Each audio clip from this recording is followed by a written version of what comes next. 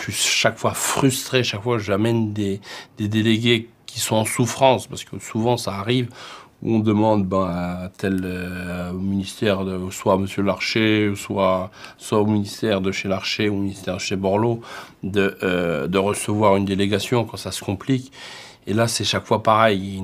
Moi, j'ai toujours une frustration quand je sors de ces réunions, parce qu'on a en face un conseiller.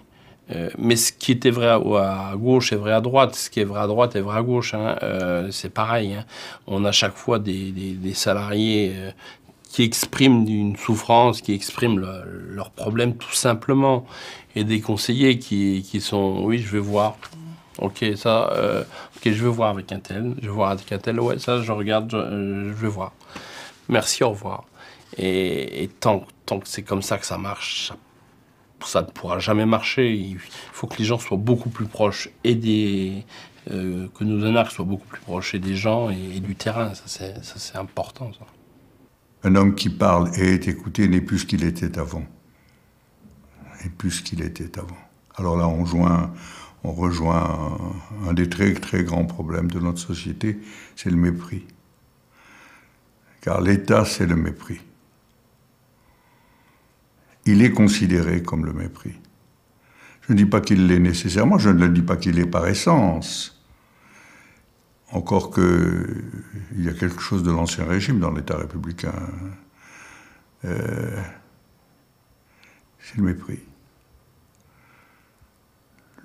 La non-écoute.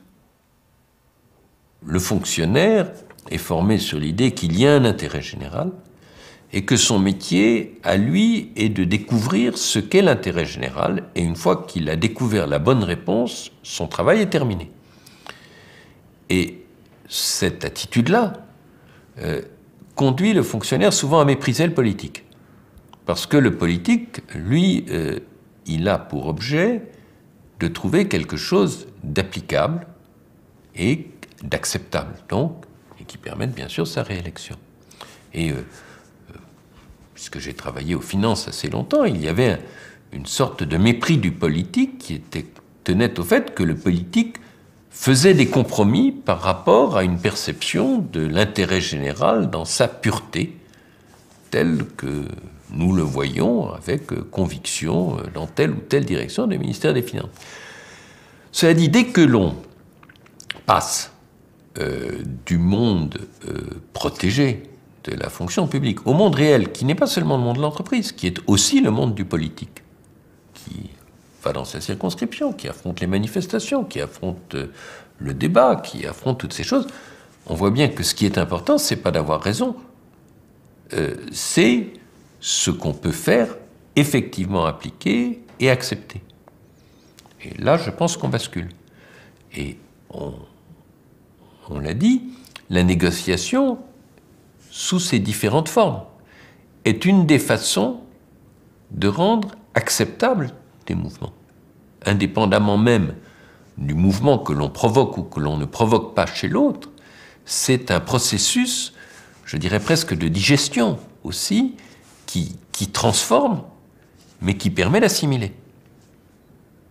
Après les grandes grèves de 1995, il y a vraiment une prise de conscience de la nécessité de mettre en avant la nécessité de la négociation. La société change, les métiers changent et évidemment aussi les méthodes qui vont accompagner les grandes décisions. L'ENA, évidemment, par sa présence au cœur, je dirais, du dispositif de réforme de l'État et de ses structures, a un rôle à jouer dans ces réformes.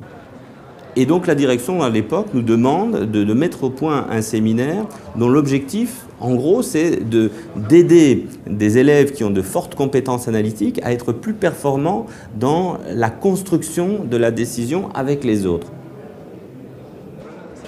Quelle mauvaise organisation dans ce ministère.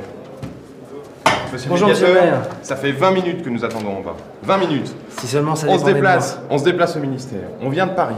On vient à Paris. On n'est même pas accueillis. On n'a même pas un café et on attend. On nous fait attendre avec ce beaucoup de choses à me faire pardonner alors. J'ai l'impression, oui. C'est insupportable. Moi, j'ai accepté de venir parce que vous avez réussi à me convaincre en Bretagne pour que je vienne à Paris. Et là, vous me faites ça? Bien, Lise. Je vous propose de vous asseoir, on va commencer. Bonjour monsieur le maire, je vous serre la main. Monsieur le préfet, Bonjour madame, je vous serre la main. je crois que ça serait pas tellement...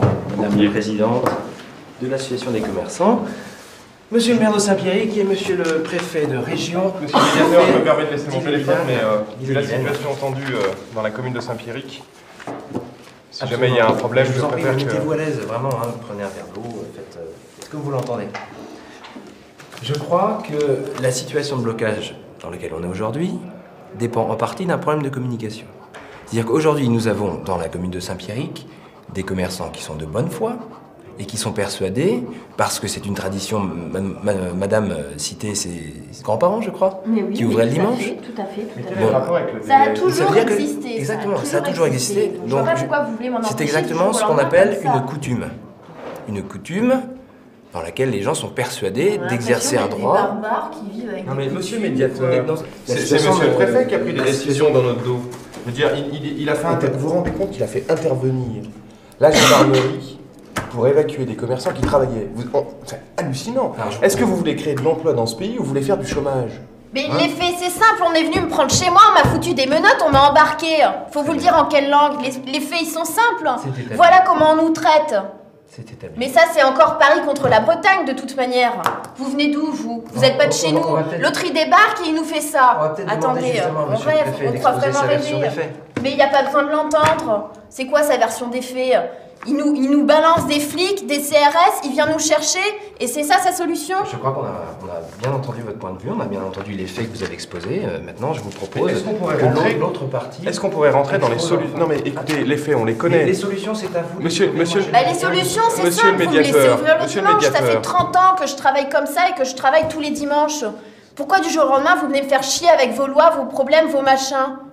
Et donc pourquoi je dis que la loi n'est plus légitime? Parce que le temps de travail des marins-pêcheurs de Roscoff, qui va dépendre de la marée, parce qu'on sait que on pêche beaucoup plus en marée basse de Morteau, bah, c'est pas sur le même calendrier que la personne qui est derrière un guichet, qui est ouvert qui a donc des heures d'ouverture. Ça n'a rien à voir avec une industrie autre. Et donc tant qu'on ne prend pas conscience de cette diversité et de la nécessité de réponses diverses, eh bien, l'accord, la loi, la même pour tout le monde, court toujours après cette diversité. Et elle mécontente tout le monde. Et quand on mécontente tout le monde, on n'est pas durablement légitime. Pour mes parents aussi, c'était comme ça. Et du jour au lendemain, ça y est, je blâme, on m'envoie les flics, mais ça ressemble à quoi ça? C'est quoi ces manières? Alors, C'est à quoi? votre avis, madame la présidente, pourquoi est-ce qu'on en est arrivé à cette solution-là?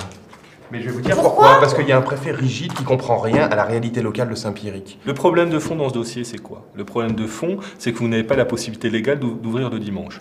Il faut trouver la possibilité légale. C'est faux. T'as dit, Pourquoi, ça fait monsieur le 30 maire, ans je vous que je écoute. travaille le Pourquoi dimanche. Eh ben, Vous n'avez pas la possibilité de le Attendez, faire légalement, madame. Attendez, Mais écoutez, attendez. on fait pas légal. Si je rêve. je résume, On le fait. monsieur le préfet vient de vous faire une proposition. Mais laquelle? Celui j'ai de pas créer compris. les conditions d'une légalité d'une ouverture le dimanche. Expliquez-la-nous. Le rôle du préfet, c'est de ne jamais perdre et de ne jamais gagner. C'est d'être. C'est ça, sa négociation. Qu'est-ce que vous voulez qu'il gagne?